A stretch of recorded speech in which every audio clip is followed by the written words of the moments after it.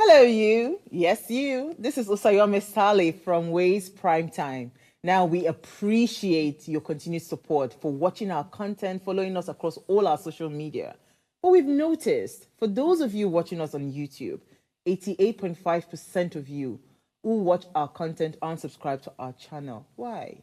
Now, if you are enjoying our content, you enjoy our shows, and you want to stay updated on all things Ways, it's time to hit that subscribe button below. Now, subscribing isn't just for you. It's for the growth of our channel. It helps us get bigger and better. With your support, we can continue to bring even more intriguing and exciting content. How about you subscribing right now and being a part of our community?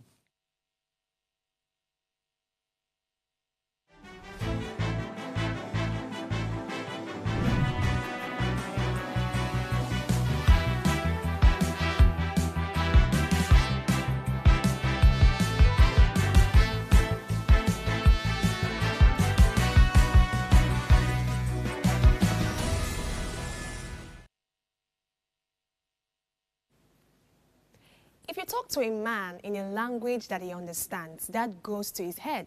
But if you talk to him in his own language, that goes into his heart. And that's a quote from Nelson Mandela. Good morning, my dearest viewers, and welcome to Ray's Breakfast. It's the weekend and I'm super excited like you are. Thank you for joining us on this vibrant platform where we tackle the conversations that matter most and also concern the very important demography of the society, and that's the youth.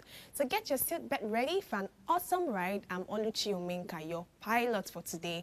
And I'm also excited to share this table with my talented co-anchor, God's Beauty Israel, the Lady Vibe. Good morning. Good morning.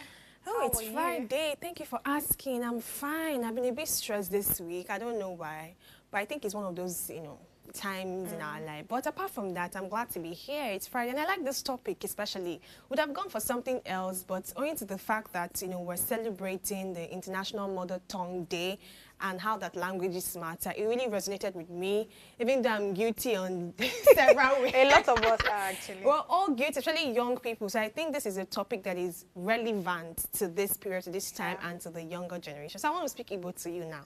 Are you ready? God, I'm ready. So my name is Oluwatobi. I want you to introduce yourself, your tribe, your favorite language, the language you speak best, how many languages you can speak. In case you're a polyglot, let our audience know. So my name is Oluchi Precious Umenka.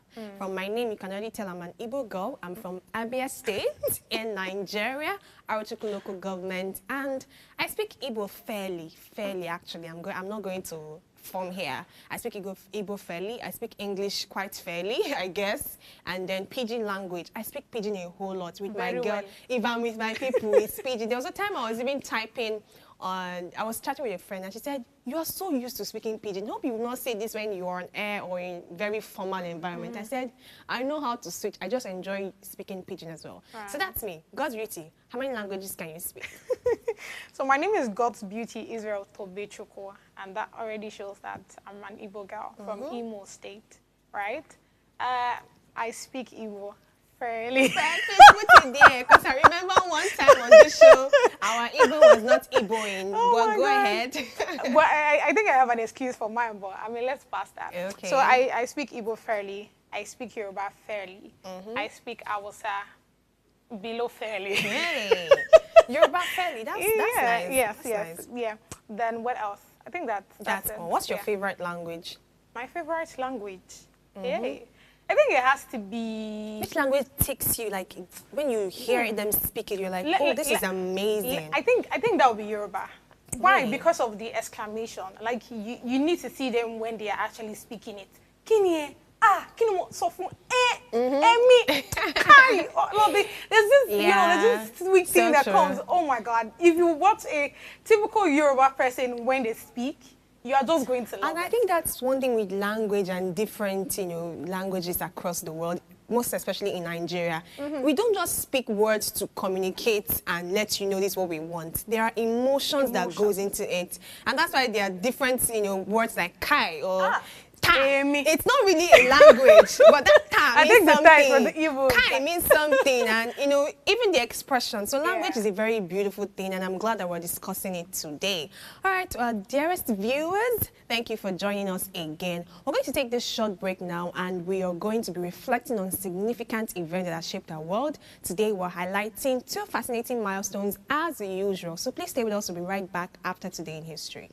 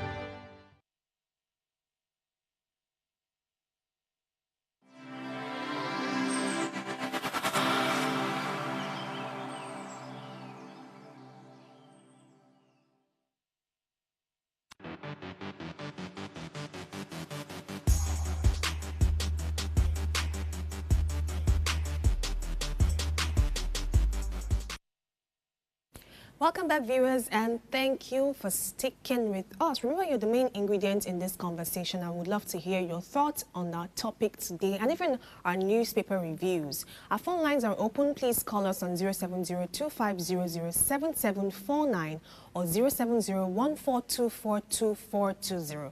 If you're yet to subscribe to our YouTube channel, head on now to the official Upgrade TV. Click the subscribe button, like, share the link, tune in to channel 145 on your Go TV, and don't ever miss this. All right, now we'll take a look at the pages of today's newspaper. We have the Nigerian Tribune, we have the Guardian, and the independent papers from the international space. So, Gojviti, lead us on that.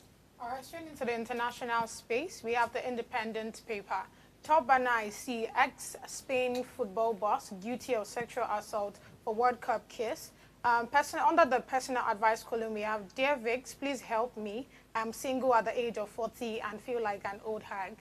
Baby, you're not an old hag, regardless of how you look. You're just 40, right?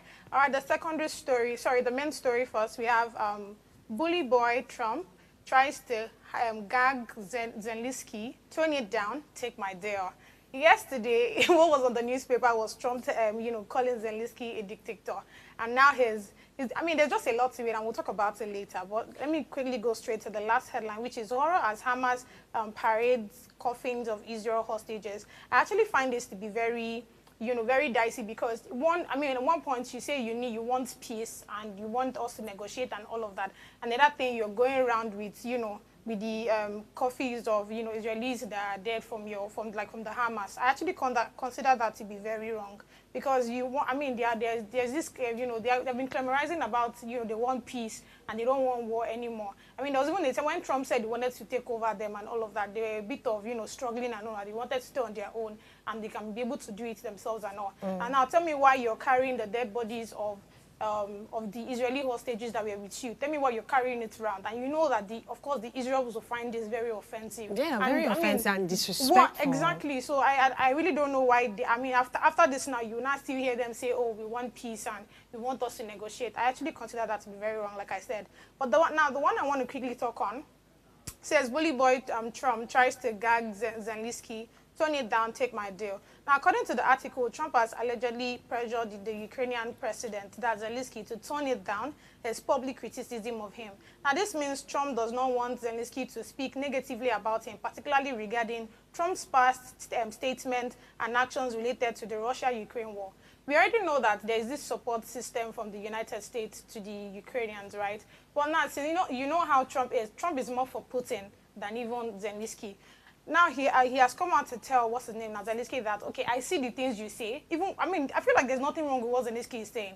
He has literally been clamorizing on how he wants the international support, for his government. You get what I'm saying? Because we know how Russia is a big force. And the war itself, we know who exactly is losing. Do you get what I'm saying? So if, imagine the president now of the United States has always been in support of them, is now going for Putin instead of going for them. There's a way, there's a way he will feel about it. And he has come out severally to say that he doesn't like what the international bodies are doing, right? Including what Trump himself has really stated.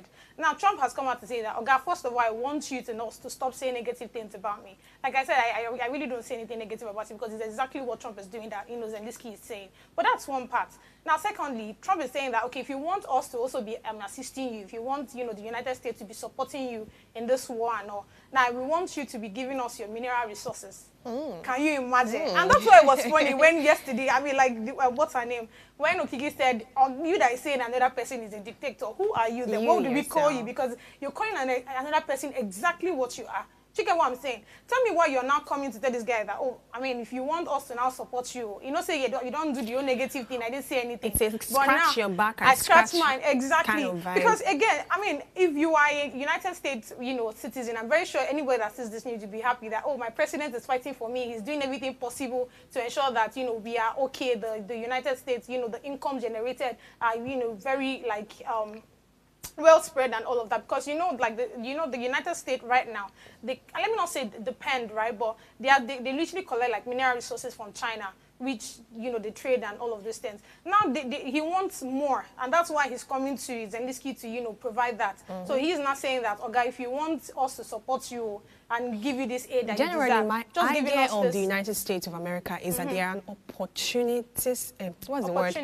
Yeah, kind of country. So they leverage well on how people to get the best of other countries together, and it's been working for them for years. That's why they're on the top of whatever ladder you can call it. So it is scratch my back. That is even like very proper of every individual. Every individual has that trait and characteristics to want something in return. So it's not even shocking me. It's just that coming out publicly to declare things like this is where he's not looking like. That's one. And I wish there are other things that is going to help the Ukrainian government, to do or establish exactly. Because saying they should help with mineral resources, that means they'll be dependent on them for future supplies. Do you get what I'm saying? And that's like a whole lot for a country that is still coming up, even given the war too that they also had. True. I mean, that's just a lot. And I feel like Trump should just calm down. Trust me, the Nigerian papers will get you to even be more excited. Okay, tell me about it. The Nigerian Tribune here reads the major headline: MKO won June 12 election. Abacha annulled it, says Ibrahim Babangida. Without Babangida, I wouldn't have joined politics, says Tinubu. Dangote, Rabiu, Danjuma, Author Eze, others donate over 16 billion naira for Babangida's presidential library. Natasha in another shouting match with Akpabio.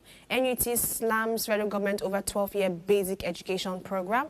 Senate oversees minute silence for late Adebanjo. You are a product of God's grace at 77, clerics tells Awolowo Dosunmu. Federal government terminates Oyo Ogbomosho road contract. BC Akonde misrepresented me in his comment on death of Bola Ige. And above the headline, the major headline, it says AGF to Osun governor, shelved local government poll, Court of Appeal reinstated APC chairman. CBN retains 27.5% interest rate, maintains monetary policies parameters. And let's talk about the banter that has been happening in the National Assembly. Natasha in another shouting match with Akpabio. So, I mean, just recently. So the basis of this year's shout, I like how the Tribune actually puts it. It says in another shouting match, meaning that they've had different bouts of expressions and talking. And again, yet again, we're seeing an attitude or a character that is unbecoming of people who are meant to be leaders. But I've looked at the story very critically, and I'm seeing that there are a lot of underlining, would I say, there are some implications to what Akpabio is actually doing. Wanting to change, someone's sitting position has a lot of implications. Sometimes it's about a political power play. And we're looking at people of different gender. We know how women are largely misrepresented. Right. So there are some certain things you would do to a woman that will be escalated and will be seen as some sort of, tension that you're trying to create, because we're already in a delicate spot. Everything about us, we're sensitive to anything that you try to do. So having to want to change someone's seat shows a political power play.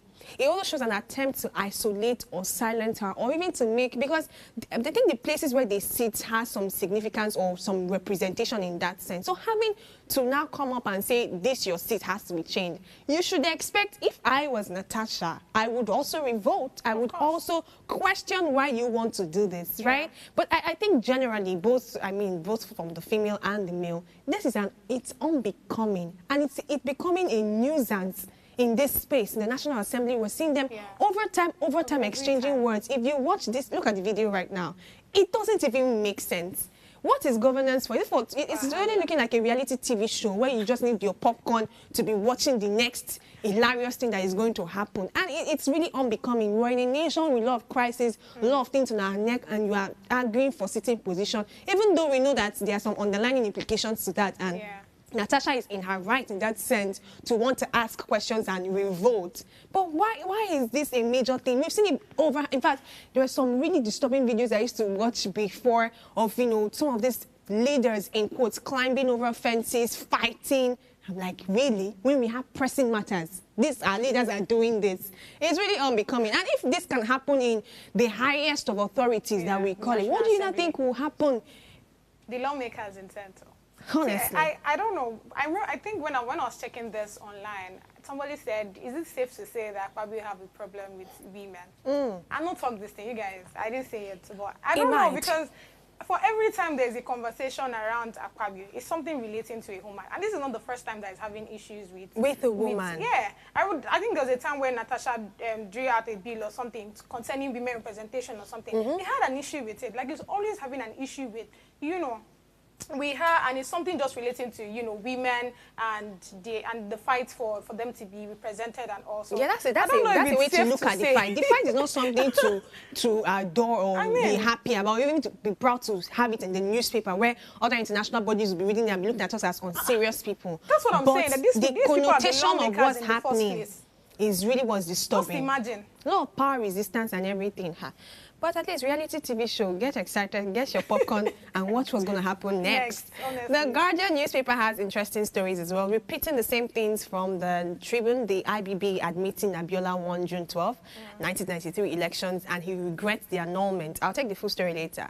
CBN adopts cautious approach to rebased inflation, upholds parameters. NEC seeks action against malnutrition and sidesteps tax bill and state police orders. Federal government tells Adeleke to suspend Osun local government election. Population growth will spike petrol demands by 93 billion liters, ARDA warns. Okpebolo's cause administration high after 100 days in office. Lagos warns motorists against fake VNs. Concealed number plate. US says USAID not sponsoring Boko Haram's vows to target terrorists across Africa. This is a very funny, let me use the word unexpected, claim from Ibrahim Babangida after how many years? Please tell me, 1993 to 2025 is how many years? Somebody born in 1993 has forgotten what happened in that period. Yeah. But wait, literally, that's how many years? That's like 25 plus 7. That should be like, do the math for me, maybe 32 or so, 32 years. You're coming to now say that, Abiola actually won the election and you regret annulling it. And the whole donation that was made for his library, personally, I felt like it was really outrageous. But let's not talk about people donating to other people. They do that for their own cause. But let me read how he presented this. He said in his journey, there's an autobiography that he's been writing at the inauguration of his presidential library in Abuja. He said, I've had to contend with this question all the time. When will you tell your side of the story? Understandably, our period of service has evoked many questions and stories among the public. This book, blah, blah. Let me go to the point. It says, Babangida highlighted reforms and challenges his government faced, particularly on the economy, foreign and defense, national security.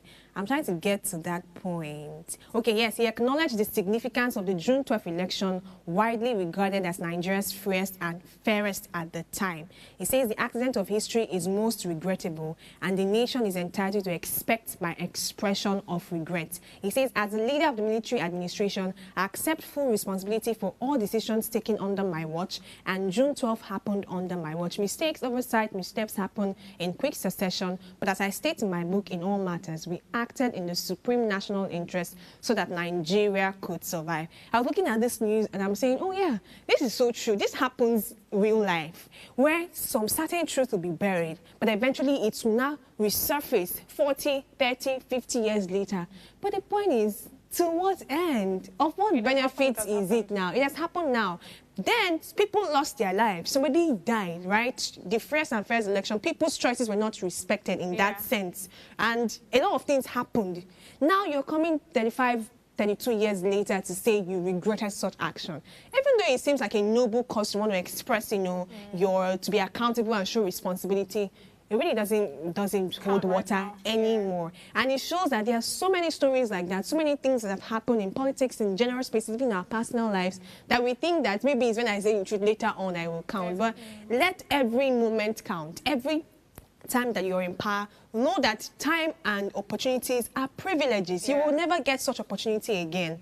And that's all the story we have for our headline this morning. Of course, our topic is on the power of mother tongue preserving cultural heritage. And you must agree with me that it's a very important discussion to have at this time of our lives. We'll take this short break. When we return, we'll continue the conversation shortly.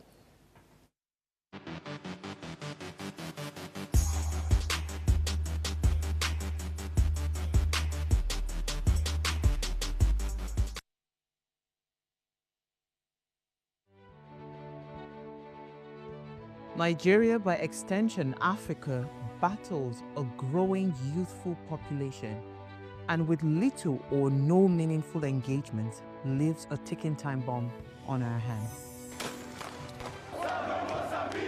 We are a blessed continent with great wealth, both in people and material. Our focus on ways remains driving conversations that affects us all.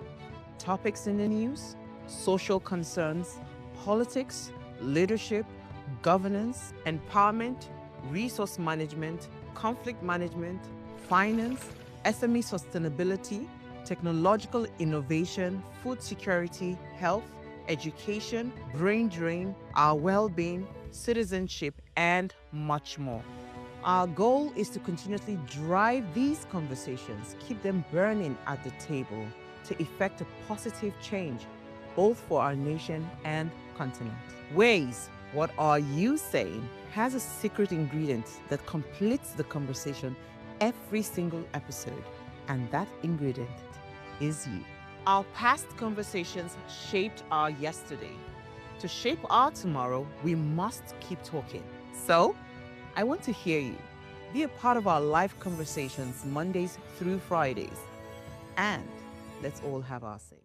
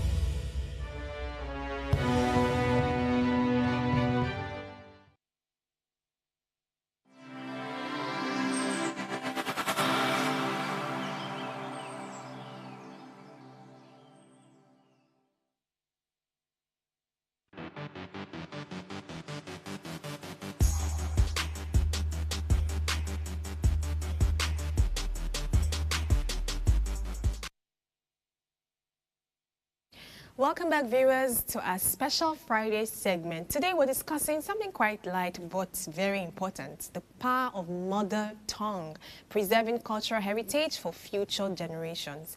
For young people, language is more than just communication. It shapes identity, culture, and belonging. However, many indigenous languages are fading as global languages take center stage, leaving younger generations disconnected from their roots.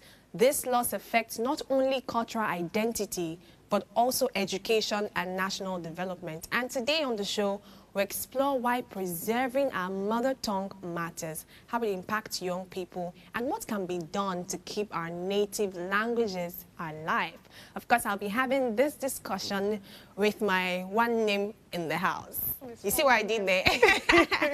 With my one name. And if you're lost thinking, what's one name? What are these people saying on air? One name is actually Igbo for saying brother, sister, sibling generally. But she's not my sibling because we don't look alike in any way. But in this context, you're my one name. Do you agree? Do you accept this title? I am always your sister, my love.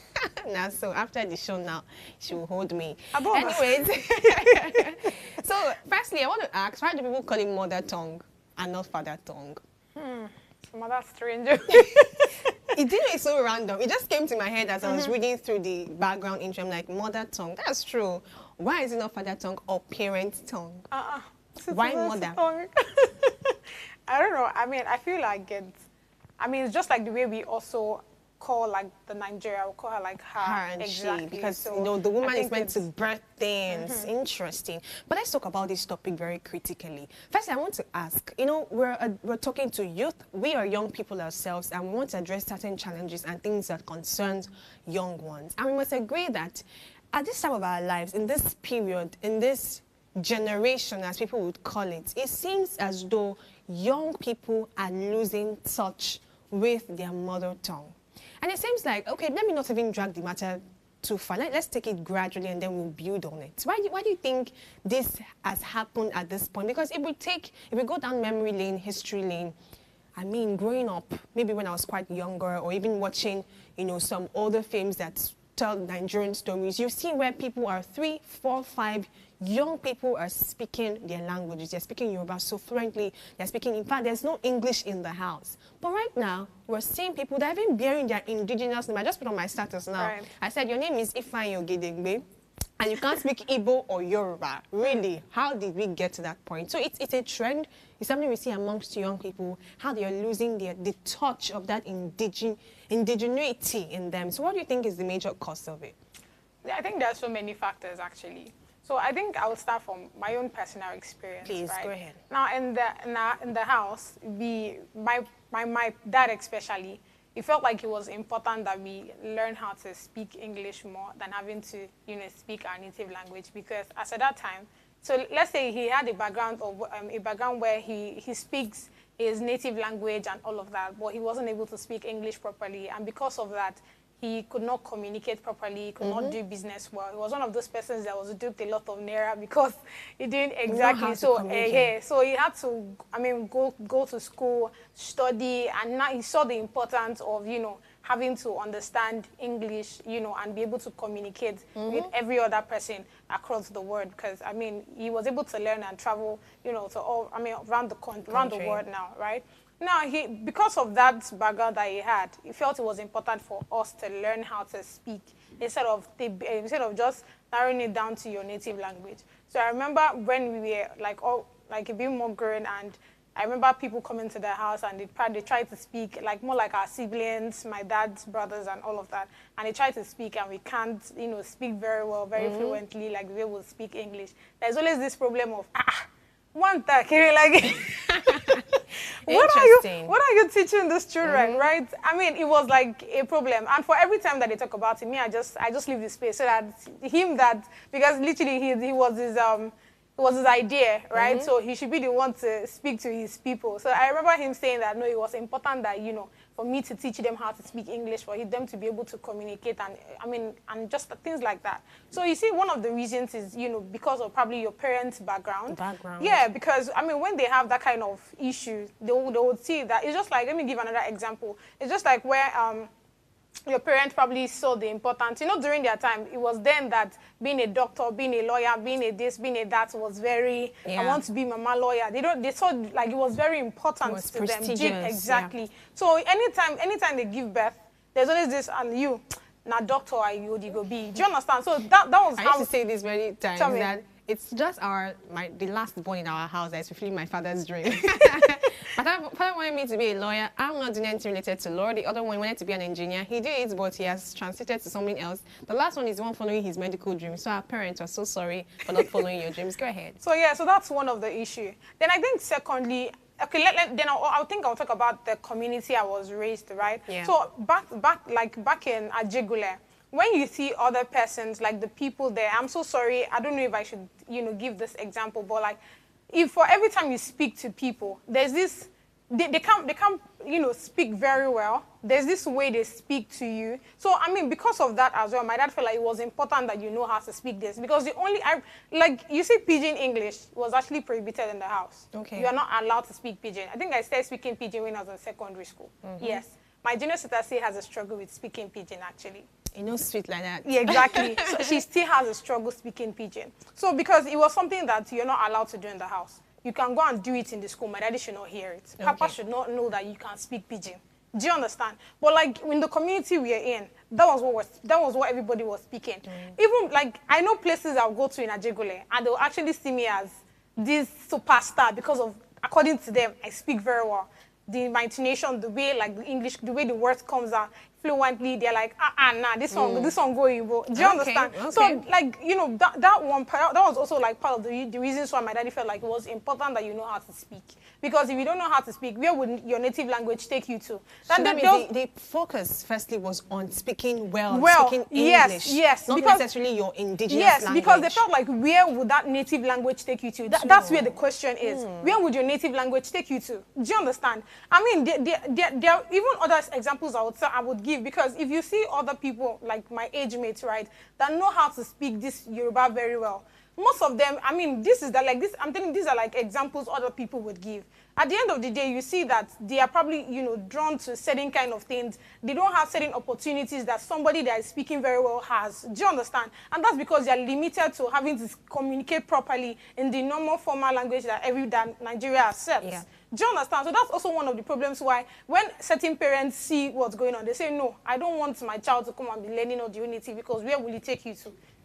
Honestly speaking, I'm telling you, this is something that is very, very obvious in Aigbogun. Yes. Yeah, I would not deny what you have seen and what your perception of these things are. But honestly, if that is really the truth, it shows that there's a very big problem. There's a very big problem, of course. If the truth is that parents want to inhibit their children from speaking the Yoruba, the Hausa, the TV, the Ijo, whatever language, the Nigerian language, if you're inhibiting them from speaking in our native language, eventually they will fizzle out. That's what happens. When something isn't preserved, it eventually goes down the drain. Exactly. I mean, at this point of our lives as Africans, we are very advantaged with the diversities that we have. We are I think Africans and Asians, they have this unique diversity to their culture, their heritage, their background. There are stories that even the Westerners are very intrigued about. Yeah. Imagine you that now you are the custodian of this rich heritage, rich culture, rich language, and you are inhibiting it because you want to match up with the Westerners. That's where the problem begins. That's another problem. I think that some of the problem, firstly, the major problem why younger people are not giving themselves as much. We're not trying to be so absolute, but it's just saying here and there. The reasons this is happening is a mindset problem. We need to have a mindset shift, a mindset reorientation to see that our native language is as equally as important as English. Fine, we've been colonized. We colonized the major languages in the world that people speak. We're seeing English, we're seeing French. Those are major languages that we speak, and it's okay. In fact, if you can't speak English, or if you're in a French-speaking country, you can't speak French, you're going to have issues and friction here and there to communicate with people. But we're looking at preserving our mother tongue. It is important that it is actually preserved. Our mother tongue, languages is not just to communicate. It holds history. if you even check on how different languages evolve, funny how is that they are all connected. There are some English words today that has some Italian verbiage or some linkage. Sometimes it's even French, sometimes it's Greek, Latin. Do you get it? Even in our native language, Igbo, Yoruba, Hausa, you'll find that there are some ways that everything connects together. There's a particular word that means so many things to different languages. Different like we people. have Anu. Anu is meat for the Igbo. For the Yoruba, I think it's something around blessing or so. I think there's another one, Ire too. Ire is tongue for Igbo, and then for the Yorubas, it can be something else. So our language is really part of us. And firstly, mindset reorientation. We need to get away from this vibe of what is important is the Western. I want to be on a global scale, and to be on that global scale, to have global opportunities to go for United Nations meetings, to talk to the high and mighty. I should be so fluent with my English. That's why sometimes, let me ask you this on a very lighter note. Do you frown? I know this can be a bit extreme, but do you frown at people who have an accent? Do you frown at Nigerians? Nigerians who have Western accents in speaking their English. No, I won't. You don't frown at it. No. Why will I? You don't. No, let me not use frown. You don't tick. Like, it doesn't make you feel like what's going on here. No, I feel like that's probably a typical Nigerians whatever. Okay. Personally, I would not. You don't? No, I won't. I'm sorry, I won't. But if you wouldn't you want people to rather propagate the Nigerian way of speaking English rather than just focus on because imagine if everybody in Nigeria, the only English they were speaking is the British, the how do they even call it, and the American, and our Nigerian English is different. Should I tell you? Don't you want that to be propagated? See, this is it here. This old Western culture, whatever, is something that we have come in terms with. We have adopted. We have adapted. We have done everything to it. Yes, that's why. I mean, if you say that, okay, let me give this very simple and analogy, right, or scenario. If you see somebody that speaks very well, but has a bit of Yoruba accent whenever he or she is speaking, do you know that there are some media places that kind of person cannot work in? The person speaks very well, but the person doesn't have, according to them, doesn't have the right, intonation and all of that. Speaking very well. Speaking very well includes having the right pronunciation to things. So if you have a Yoruba accent, it doesn't pronounce certain things well, so that is not speaking well. No, so this is it here. I wish Mira is here because I think Mira can actually give a very perfect example. Okay. There are certain times where Mira speaks very well, right? I mean, you will hear her speak properly. But there are some words that she pronounces that, has a bit of that Yoruba accent. She makes, jokes of it. She says something around debunk or something. I don't know, something relating to that. Something relating to that. Okay. So exactly. So, I mean, we are the same person that say, of course we want, our culture. We need it to be, spread, preserved and a whole lot of that. But trust me, certain persons too will still kick against, this person has a bit of that, can hear the Yoruba sound, I can hear the Igbo sound. We don't want this kind of person. We want someone that will be giving us Westerners vibes. Do you understand what I'm saying? So those ones too is part of the issue. Well, it will start from us starting to debunk that. Yes, I would not say that there are certain mannerisms that the Yorubas, even the Igbos and other tribes can have that can eventually influence how they speak English. That's why you hear some Igbo person they're speaking and the R and the L are mixing together. I think I didn't have a problem with that at a point, but I had to consciously correct it. I mean, I'm Igbo, the R and L has to mix. The Yorubas will have the H factor. So those ones, when it influences your English, it makes it not English anymore. So if you're speaking English, the point is, if you're speaking English, let it be English. Don't make it Yoruba English or Igbo English. Exactly. My own point is, that English can still be spoken in a Nigerian way that is not necessarily in an Nigerian accent way. Do you get what I'm trying to say? So there's this wave and vibe of people just wanting to sound British, sound American. I remember in 2015, 2016, I used to have this friend, Obin, I think she might be watching this, and we used to watch films where people spoke in British accents as well. So in church then, I would be speaking British with them, and it felt very interesting to speak the British and the American. I tried my best, but I think I was one of the top 3 best British speaking people. But I realized that the best way to still speak is still in that Nigerian clear pronunciation. And one of the people I would admire is Chimamanda Ngozi Adichie. She stands on global platforms. I mean, she's talking to people who are Westerners. She's speaking clearly. They can hear her. Yeah. If they couldn't hear, they won't call her again for another one. And they right? tell you. Exactly. They read her book. She lectures people, but you wouldn't hear the I'm gonna, wanna, and all of that. There's no rolling of her R's. Are they beautiful? I really admire people that can use the British and the American accent, but it shouldn't now be a force where you are boxing yourself into that kind. I prefer. I think when people speak clearly, you pronounce your words clearly according to English standards, right? English will tell you pronounce this. They will say it's not pronunciation, it's pronunciation, right? So pronounce it well. It doesn't have to have the British or the American accent or the Indian accent. Except you're a skit maker. But if you're just speaking generally, it's fine. So what, you're going to say something? I want to say that one of the reasons why, I mean, you made mention of the fact that people want to, you know, give the whole Western vibes. And I think it's also because we somehow encourage it. Because, yeah, I would always say this anywhere. Nigerians, we are hypocrites. That's the truth. No, it's the truth. It's the truth. True. Because I mean, if we watch a video where a Nigerian person now is speaking, like there's this girl, is it Modella? I can't remember her name exactly. She's a skit maker, but she speaks very well, like British, straight on. If you listen to her, you probably think she's from that place. She's from that place. Do you get what I'm saying? Now, for every time people watch her, there's always this, I wish I can speak like this. What is the problem? Do you understand? The same persons will not tell you that, oh, we should carry our mother tongue on our head. But you are the same person saying that, you see that girl, and like that I want to talk. I mean, I don't even learn safe. I don't go word for word.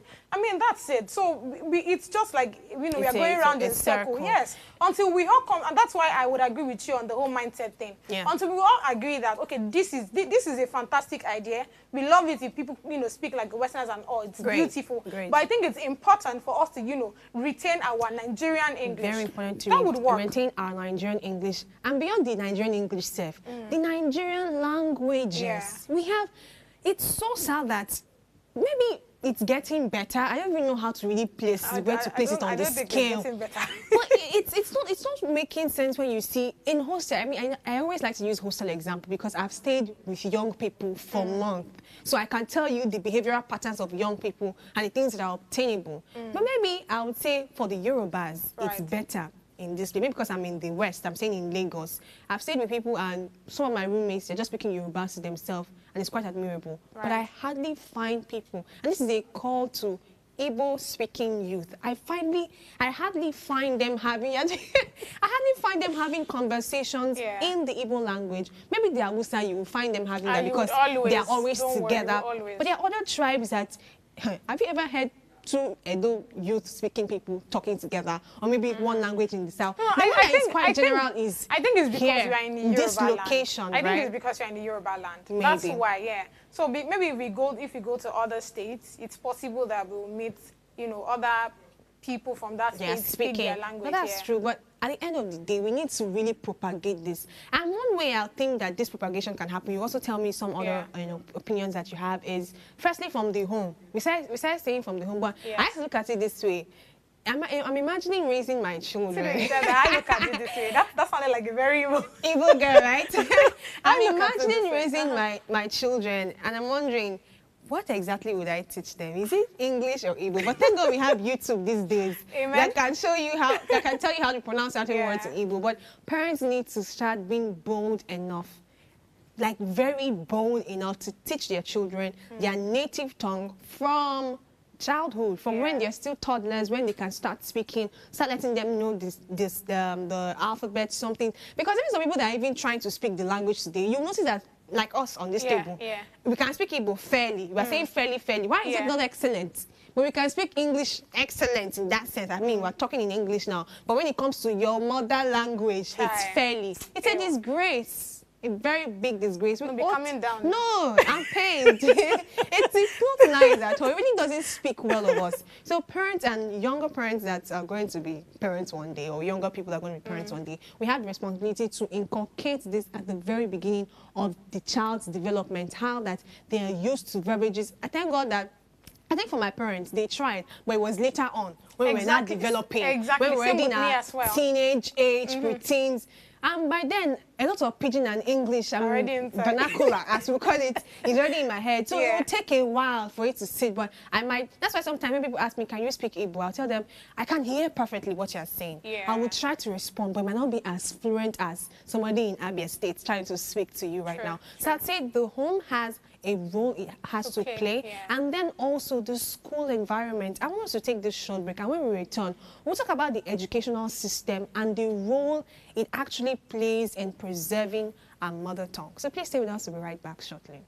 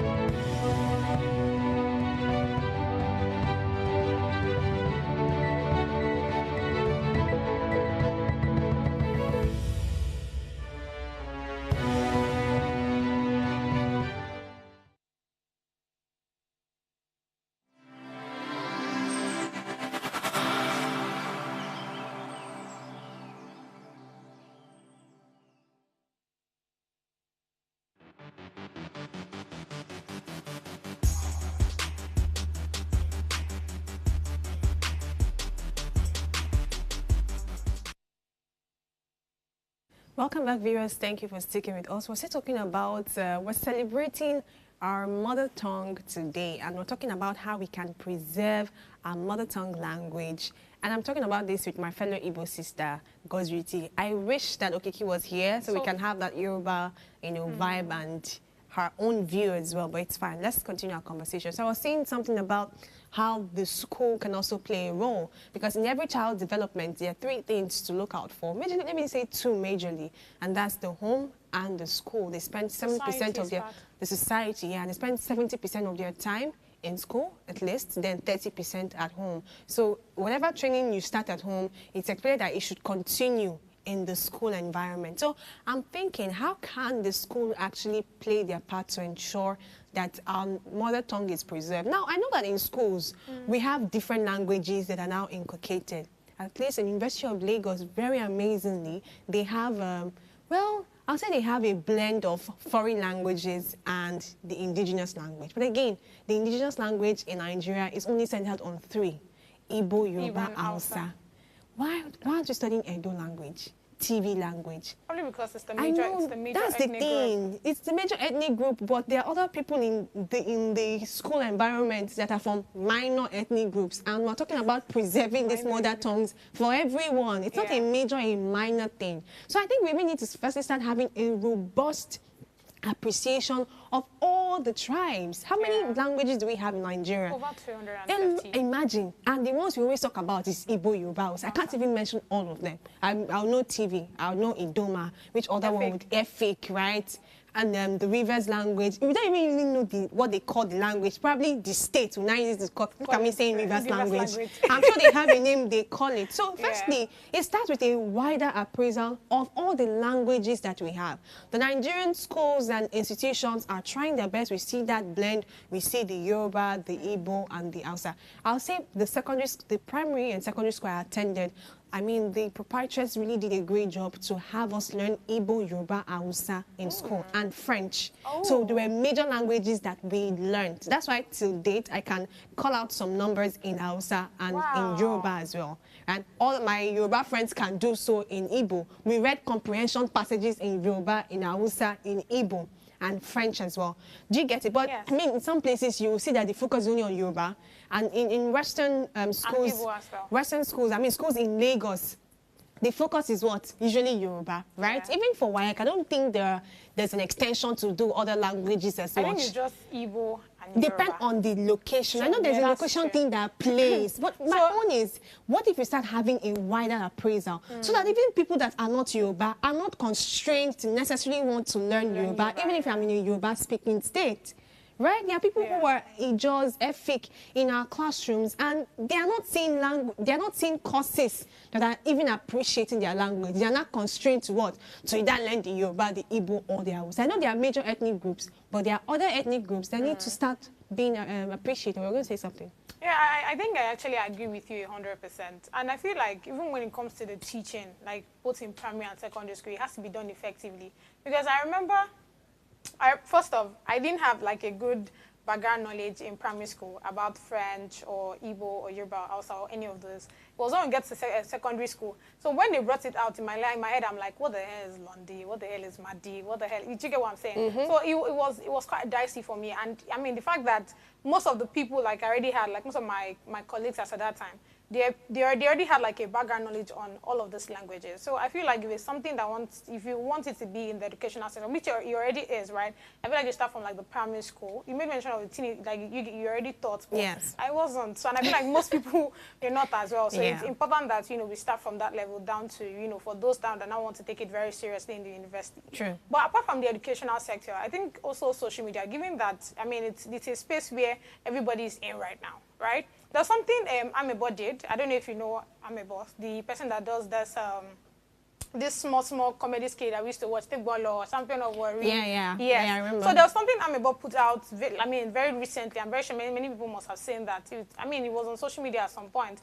This small, this children, this thing that you watch back then when you were very little, where they say my eyes, my nose, my shoulder, my new matter, exactly. So he converted those things, those poems that we used to watch back then when we were very, very little. He converted them to the tribal whatever now. So we have like a particular a children's show where it's singing like Igbo whatever. So we have Akamu. We have Intimu, we have, I actually consider that to be very beautiful. When I saw that, I'm like, okay, yes, this is one of the ways where we can actually, teach our children how to speak. Because I think there was a video I was watching where the small child was just looking at the TV and he was just learning. Very small, but she can actually say, what her hand is in Igbo, what her leg is in Igbo. Like, I actually consider that to be very beautiful. Imagine we had that when we were very small. I'm very sure we'll not be having this conversation because the time we learned what Aka is when we were in secondary school. Do you understand? True. But imagine a small girl of 2-year-old already, she already had that knowledge of, okay, when I'm talking about my hand, I'm talking about Aka. When it's head, I'm saying Iwi. I actually consider that to be very beautiful. So imagine we have other persons use AI. I'm not so proud of you. Is it not I'm Aka? not so proud. Is that Igbo people? Is that how they pronounce it? Maybe that is it. Indeed. Wait. Wait. Okay. You know that, you are from a different state. And Imo is like the central. So you guys might have a different pronunciation on how to pronounce like Aka. But Very true. Central Igbo, baby, it is Aka. I'm hearing the British in it. Is it like... Aka, you say the Aka. Hey, good. The so Aka, funny, interesting. So thank you for the Aka. Let's go ahead and say something. I was going to mention something for the minority group. Tell me. I don't know why I'm hitting on that very well. Maybe because, I don't know, I just try Again, to I look feel at like maybe another it's just here in setting. Lagos. So probably if you go to other states, there might be other, It's just here in Lagos. I'm just saying. It's just here in Lagos. If you check social media, check across board. The languages that are, in fact, if people even want to come out to do content on anything, maybe social media is not only Lagos, it's everywhere. It's everywhere. Great. Sure. What are the things that you will see that are very common? Is the Igbo, the Yoruba, or the Hausa kind of content. But Hausa I don't see it as much, right? But the Igbo, the Yorubas. And there are other languages. How can we have 200 plus language and we are not bombarded with different language content or language expressions? We're not bombarded. We are sidelined. I'm sure if foreigners come into our country, they'll probably think the only language we speak is what? Igbo, Yoruba, and Hausa. Except if they go deep into the southern areas and other areas in the country. So I think that, firstly, people that have been classified by the world. I don't even know who gave them the minority. I don't know who told you that you are minority in that sense. Maybe the minor language, maybe based on population or however things were done in that period. You have a responsibility to propagate your language yourself. Many times, if you notice that there's a problem somewhere, before you start doing advocacy and everything, let it start from you. Let's start seeing more expressions of different languages. Different languages in Nigeria. We have over 200 and we're just focusing on 3. Our schools are just focusing on 3, sometimes even 2.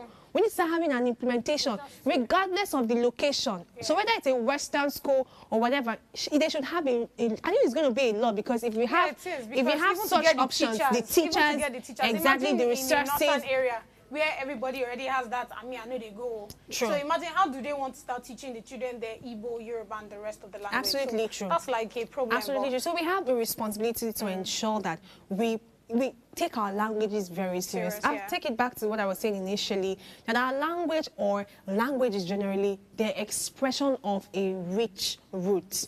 They hold a lot of stories, right? That's why sometimes, there was this conversation I had with someone. I said languages are so powerful to the extent that sometimes English fails to let us know the true intention of what I want to say. I was explaining something to someone. I said, in my class then, when we used to have Yoruba classes, so I was the only Igbo girl in that class. A lot of people were Yorubas. So I'm like the teacher's love in that sense, because you know that Precious doesn't understand what I'm saying. So sometimes she would say some proverbs or things in Yoruba, and I'll be like, Ma, I don't know what you're saying. And she'll be like, how can I say this in English? It's not because she can't say it in English. There's probably the transliteration of it, and it will come out in English. But it will not hold as much power as when you say it in Yoruba. That's why languages are so powerful. There are certain proverbs. I've been following some content lately, and I'll see where they will say, they give you some proverbs that are very common in the Igbo land, in the Yoruba. You will see how rich they are. In English, now imagine when they are now said in that native tongue. So our languages are powerful. It's something to embrace. It's something worth embracing. Taking it back to what we said earlier, you were saying that the reason why you love the Yoruba people is certain expressions that they gave, right? The facial expressions, the way they land on it. English is beautiful, and I love speaking English as much as I can speak, but I think it's time we start embracing, expressing more of our indigenous language. And thank God we have days like this to celebrate. So this is our cue. We're going to wrap up the show shortly. Start speaking your languages more. And if you're a young parent that has a toddler with you, stop saying, what are you doing there? Stop that. Exactly. Then start speaking the Igbo to them. Stand up from there, my friend, or at least use the Nigerian English to speak to them. We need to start having this diversity, and we eventually begin to love our culture even much more. So this is how we sign out. Can you sign out in Igbo? Let me know if you have learned one or two things. No, don't do that to me. On the spot. Tell them bye in Igbo. Tell our guests bye in Igbo. Oh, yeah, I'm gonna bye. That's on a lighter note. That's okay. That's okay. All right. This is where we wrap up the show. Till next week again, Mondays to Friday. Join us on Upgrade TV. Where's Breakfast? We'll be here again. Bye.